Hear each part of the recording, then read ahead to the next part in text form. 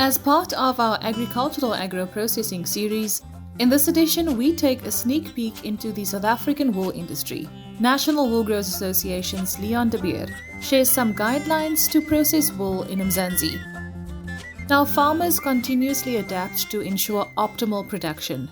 This week, our Meadow Feeds segment is geared towards that exactly, focusing on how farmers can get the most out of their pigs' genetics with Meadow Feeds technical advisor Enrike Maree. Making a grand comeback is our much-loved #SoilSisters campaign. Weekly, we'll meet some of the most dynamic women in the agricultural industry selected for the Corteva Women Agripreneur 2022 program. We kick off with Boipelo Molefe, former logistics manager and founder of Mpelegeng farm in Limpopo. And our farmer tip of the week comes from Yasas Jayakody, operations director at Elysian Fields, a vegetable farm based in Tarlton outside Krugersdorp. This is Farmers Inside Track, supported by Food for Mzansi. Inspiration for your business and life. From South Africa's farmers and agripreneurs. Hey, I'm Mzansi, and welcome to episode 136 of Farmers Inside Track, powered by Meadow Feeds. I'm your host, Dawn Numdu. We kick off with that promise guide with the National Wool Growers Association's General Manager, Leon de Beer. Nicole Ludolf, over to you. Thank you so much, Dawn. Leon, can you please tell us a little bit about the infrastructure needs of a wool farmer? For wool, you basically need proper shearing infrastructure where the wool sheep can be shorn and where the wool can be classed according to the different classes you have for wool from the fleece of one sheep. And then you need a wool press so that you can put the wool into a wool bale, and the wool bale weighs between 100 and 200 kilograms. And it takes at least 50 sheep to fill up a bale. So, you need quite a number of sheep to fill a number of bales so that you can access the formal market. So on the primary side, yes, I would say proper infrastructure so that you can shear and class your wool. Obviously, the shearers that shear the sheep also need to be trained and qualified and skilled to shear a sheep properly without injuring the sheep. And then you need wool classers who also need to be trained so that they know exactly how to class the wool, put the different qualities together. So when the fleece is shorn from a sheep, it is one big piece of wool that is thrown onto a table. And the classer of the wool will then go and take all the wool that is contaminated by urine and dung, remove it from the fleece. They will take out the middle part on the back of the sheep that is sort of eroded by sun and so on. They will remove that portion, and the rest of the fleece then obviously separately. So you have different parts of the fleece that is classed separately from each other. So all the different parts that is similar from different sheep, based on the length and also the fiber diameter and the strength, you try to class them together at farm level eventually, so that they are all the same wools are in the same bale. If you don't class the wool properly, the wool with the most inferior quality in the bale will determine the price. So that's why you remove the inferior wools and try to class the quality wools with quality and with lower quality separately from those. So you have quite a long range of different wool quality, which is based on length, strength and fiber diameter and, contamination, even paint. When they mark a sheep with paint somewhere at the dot of, you remove that paint from the fleece, etc., etc. So they're quite a different classes. Lamb's wool is different than adult sheep's wool, and so on. That's about what you need at primary level. Obviously, the wool will then go normally to Port Elizabeth, to one of the wool brokers. There are quite a number of wool brokers. And the wool broker will then prepare the clip for the auction, firstly by taking a sample from the wool and send it to the wool testing bureau. And the wool testing bureau will test the wool for its different qualities. That is now related to length, strength, fiber diameter, and how much vegetable matter, etc., is in the wool that comes from grass and weeds and so on. And also the tensile strength. In other words, how strong is the fiber to resist, to break when it's put under pressure. So when those results come from the wool testing bureau, The wool buyer will then at the auction bid on the wool based on the qualities of the wool, and he will need to buy wool according to specifications for what the end product is intended. Some qualities of wool is good enough to put in socks and so on, but others, better qualities, might be good enough to put in a suit, a men's suit or a lady's suit, or even finer wool that you can wear next to skin so that it doesn't scratch you, more related to sportswear and maybe warmer wear that you can wear against your skin. So the specifications are important to determine the price eventually, and that is why it's important that you class your wool properly at farm level so that you have the same qualities of wool in the same bale when it is tested. Can you tell us a little bit about the wool value chain? At the moment, more than 98% of your wool is exported. Basically, the whole clip is exported. They're generally processed in China, but also India, Europe, and Egypt. With the foot and mouth disease outbreak, South Africa, especially the recent ones, the wool export market to China has banned the export from South Africa to China for all livestock products from cloven-hoofed animals, which now also includes wool. But wool that is processed may still be exported. They regard that as safe. South Africa, our facilities to export wool has also been upgraded in 2019 with the outbreak then, where we agreed with China that you may export wool according to the International Animal Health Organization rules or guidelines, that wool stored under a certain temperature for a certain time will destroy foot and mouth disease virus so that you can export wool safely. So all our facilities in South Africa have been upgraded to measure the temperatures and even increase the temperatures under certain conditions to reduce storage time. So for instance, the rule says wool stored under a temperature of 18 degrees may be exported within 4 weeks, 28 days. Our storage facilities have been upgraded to measure the temperature.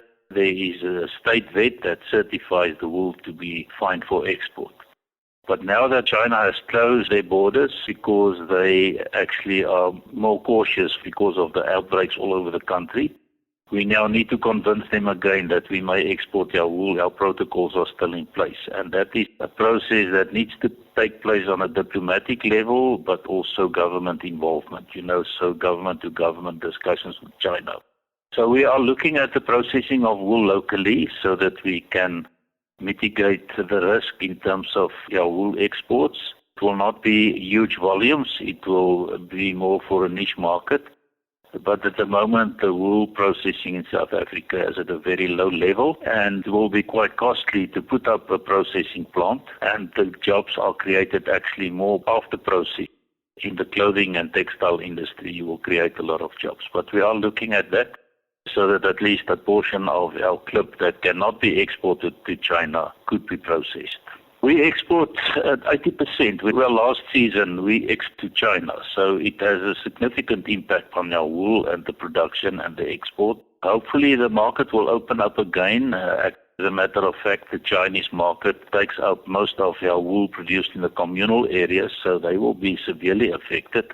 We still need to reopen the Chinese market, but at least we will mitigate a part of the risk by also putting up processing plants again. We had processing plants in Uitenhage. The one specifically closed down 3 or so years ago because it was not competitive in the international markets. Hopefully we can revive that again, but just on a smaller scale.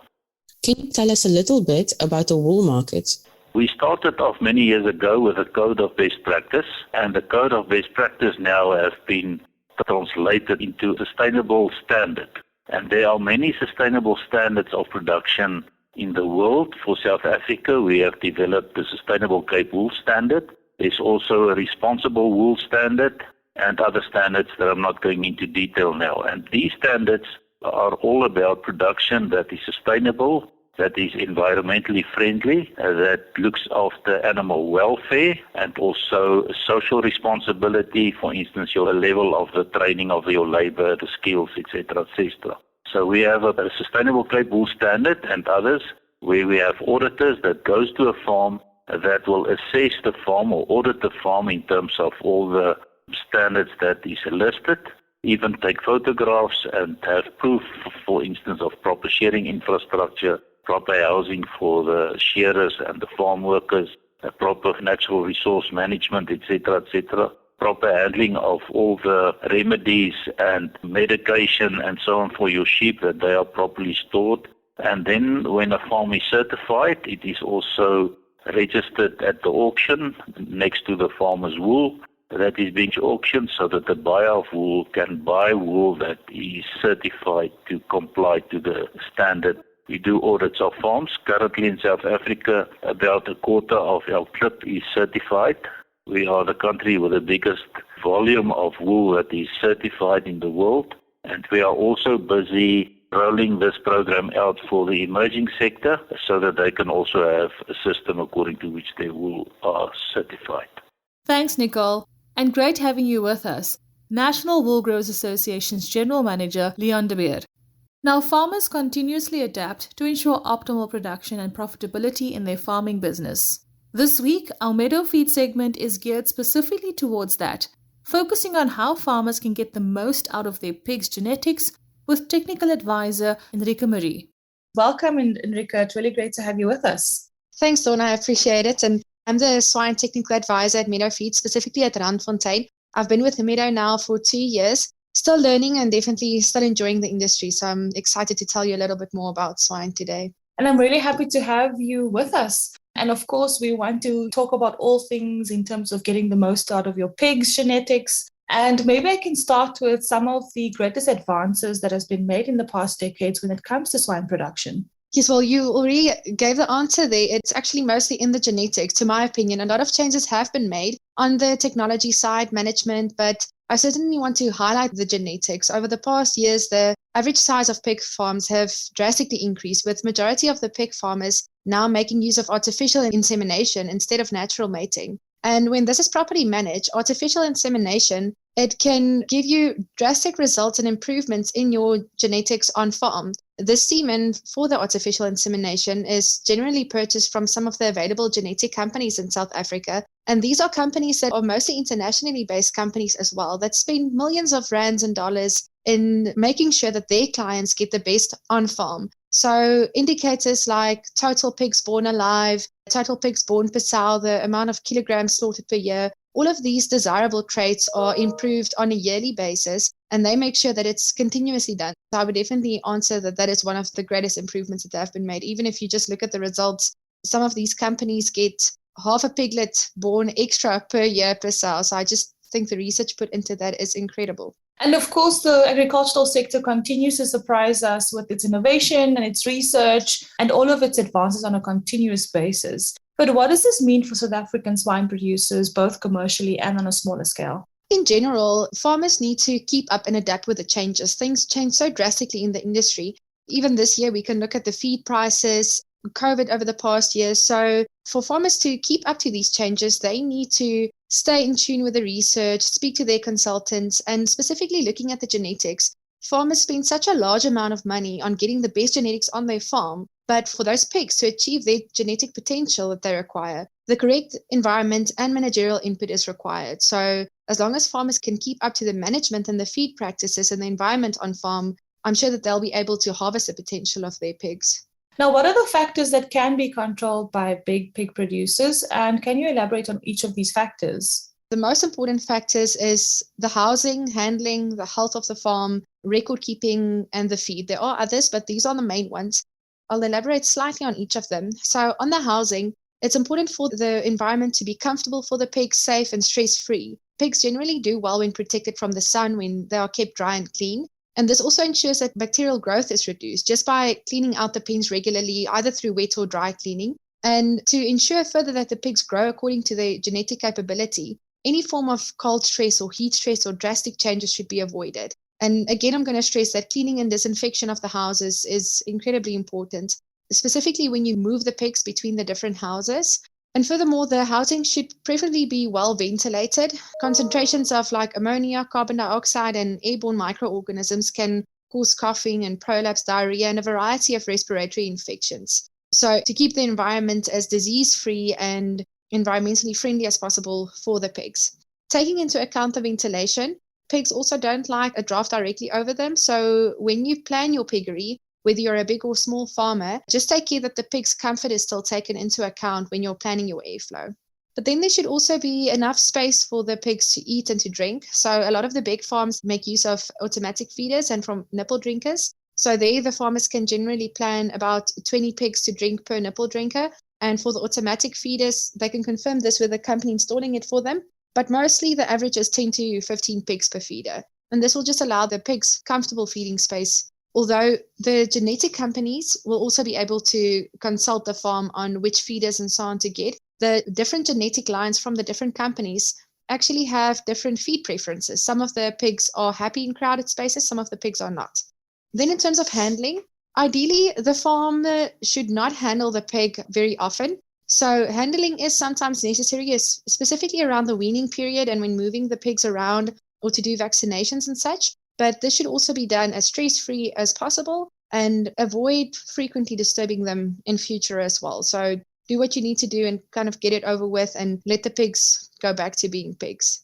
The health factor is also a very important one. And regardless of a farm size, and I'm stressing this because a lot of times the smaller farmers think that it's not necessary for them to pay that veterinary cost or they are not necessarily able to. But regardless if a farm is big or small, keeping the farm disease-free is a crucial task on swine farms. Some of the greatest losses we've seen is either due to subclinical or clinical diseases entering a farm.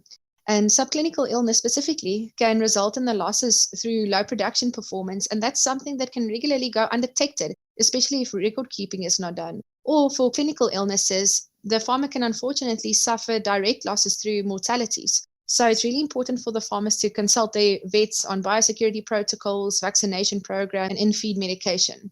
And then on the record keeping note, farmers generally say to measure is to know. So by collecting the data on farm, analyzing it, it's easy for farmers to just identify on-farm issues before it becomes an economic loss. For example, if you see a drop in growth rate during a specific period, maybe in the weaner houses, that might indicate a change in the health status of the swine. Or if you see maybe a drop in your weaning weights, it can indicate an issue in the farrowing house. So record keeping in this instance may be used to assess what's going on farm. And it can also, in a positive note, help farmers to evaluate the current practices on farm, help them identify strategic changes that should be made or that can benefit farm whenever they need to make a decision.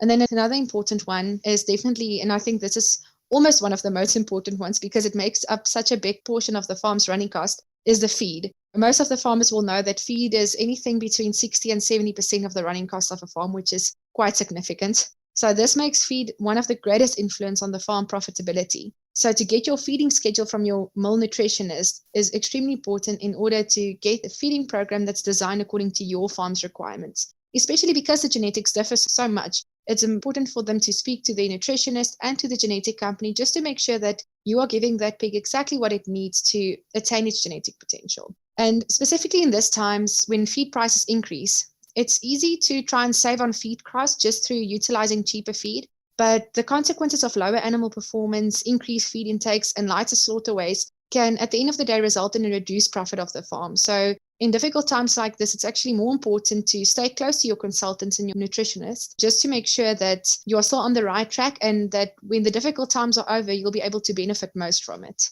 Now, Enrike, in your opinion, which of these are the largest contributing factors to a swine farm's success? None of these factors specifically. I'd rather like to highlight management, as this is a factor that really ties all of the mentioned factors together. And ensuring that your pigs are managed correctly according to their genetic requirements and feed recommendations can make a big difference on farm profitability and sustainability. You can have the best genetics, the best feed, the best medication, but none of that will be relevant or profitable if they're applied incorrectly or managed poorly. So again, farmers are urged to keep up to date with research, build a good team of consultants around them, and really make an effort to determine which practices are best suited to their farm. When managing a pig farm, big or small, attention to detail can really go a long way to provide the pigs with what they require and to make sure that the farm is as profitable as possible. And then, Enrike, do you have any concluding remarks that you'd like to add as we wrap up the session? Yes, well, I think just bringing it back to the genetics, the genetic potential of pigs require much more than just choosing the right genetics. So focus on all of these factors: management, housing, environment, feed, health, and make sure that your record keeping is good, your management is good. But lastly, in times like this, keep carrying on. Don't lose track of the detail. Don't lose track of what's going on farm. Get in your pens. And as long as you as a farmer know what's going on your farm, then I really predict success for that farm. Thanks so much for joining us once again. Technical advisor at Meadow Feeds, Enrike Maree. I'm really excited about this, guys. Making a grand comeback this week is our much-loved #SoilSisters campaign. Over the next few weeks, we'll meet some of the most dynamic women in the agricultural sector selected for the Corteva Women Agripreneur 2022 program. Now, this is a year-long blended development program at the Gordon Institute of Business Science Entrepreneurship Development Academy. We kick off with Boipelo Molefe, former logistics manager and founder of Mpelegeng Farms in Limpopo. Boipelo, tell us about your farming journey. Where did it all start for you? My farming journey started with me being abroad and me being interested in the field. I've always actually just wanted to have a farmhouse. That's just been a dream of mine. But when COVID hit and I was abroad and I just hated my job, I thought, why not go into farming? I researched, did my part until I came back home to South Africa. And then I looked for a farm and I looked for people who can help me. And then I ended up with an individual who helped me look for land and looked for people to lease the land from, and then I did. I started off with green peppers and then I moved to tomatoes. And I started off in September, really, like my first plantings season was September. Now I currently have cabbages. Now I know that from my interactions with farmers on this podcast, that it's never easy to get started. What are some of the challenges and some factors that motivate you? It's been challenging, it's been fun, it's been fulfilling. I think watching your seedling grow into just a little seedling and into a fruit, like from a little seedling into a fruit, is fulfilling. It's truly amazing to see what nature gives back to you when you give it your best and the best quality and the best input. I've had a lot of support from family, from friends. I have a great mentor who helps me. And there's a sense of community around where if you need help, you have questions that need answers, you can always ask. Tell us about how your farm is giving back to your community. You're doing really amazing work. I feel the farm gives back in the sense of not just employment, but actually teaching people skills. So if I'm taught a new skill or I'm taught something new, I make sure that I also teach my employees. That it just picks up their confidence. You're able to learn something new. You're always also able to think on your own because now you know something. And if one day they also have a dream of having their own farm, they know the skill, they know what to do and how to do it. So I feel that's how the farm gives back. The farm has employed a number of people, and I really try to make sure that we pay them what's due to them and not just the bare minimum based on what everybody else is giving them. They work very hard. Farm workers, they have kids to feed around, they have families to feed, so I make sure that's how we give back. And it employs a lot of young people. I believe in teaching young people the most basics, even writing stuff down, talking, reporting things, and just how to deal with the day-to-day. I think it gives people great confidence once they know what to do. And then before we let you go, do you have any advice to young women who aspire to farm? My advice to young women who want to farm is go for it. Believe in yourself. There'll be many times where you don't know what you're doing, and that's okay. You will end up knowing what you're doing. And if you don't know, ask. Get the help that you can. Ask the questions, even though you think they're stupid. Just ask questions, but do it. I think there's many opportunities for women. There's many opportunities for Black women to be great in this field. Once you start in farming, you'll see there's so many other opportunities around that will expose you to so many other things. So I feel like starting out and learning the basics exposes you to a lot more that you could find yourself in or add to the value chain. So I advise everyone, not just women, men also, to get into it and be excited and passionate about it and give it your all. Just wake up every day, be positive even when things are going wrong, and believe in yourself. Believe in yourself and you will be okay. Things eventually fall into place. Thanks so much once again for joining us, Boipelo Molefe, former logistics manager and founder of Mpelegeng Farms in Limpopo. She's, of course, our hashtag Soil Sister for this week, and you can read her really beautiful story on foodformzansi.co.za. Agriculture is not just about farming, it's about caring, and that's an ideal worth preserving. It's super fresh, it's super soft, and it makes any meal a treat. It's Super Sure Bread and Super Sure Flour, a proud member of the VKB Group. From breakfast to lunch and even birthday cakes, Super Sure makes the whole family smile. Find Super Sure on Facebook or visit vkb.co.za for more info. VKB, for the love of the land.